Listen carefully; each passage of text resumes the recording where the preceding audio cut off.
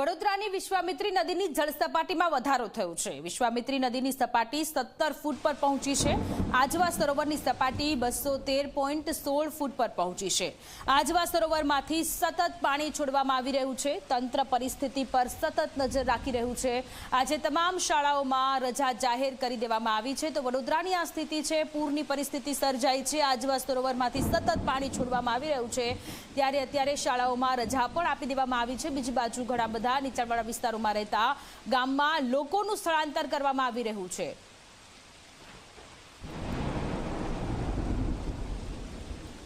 તો વડોદરાની આ સ્થિતિ છે। વડોદરામાં વિશ્વામિત્રી નદીની જળ સપાટીમાં સતત વધારો થઈ રહ્યો છે અને વિશ્વામિત્રી નદીના પાણી કે જે વડોદરામાં ઘૂસી રહ્યા છે, જેના કારણે તંત્ર દ્વારા અલર્ટ આપી દેવામાં આવ્યું છે। લોકોનું સ્થળાંતર કરવામાં આવી રહ્યું છે અને ભારેથી અતિભારે વરસાદ અને પૂરની પરિસ્થિતિને જોતા તમામ શાળાઓમાં આજે રજા પણ જાહેર કરી દેવામાં આવી છે।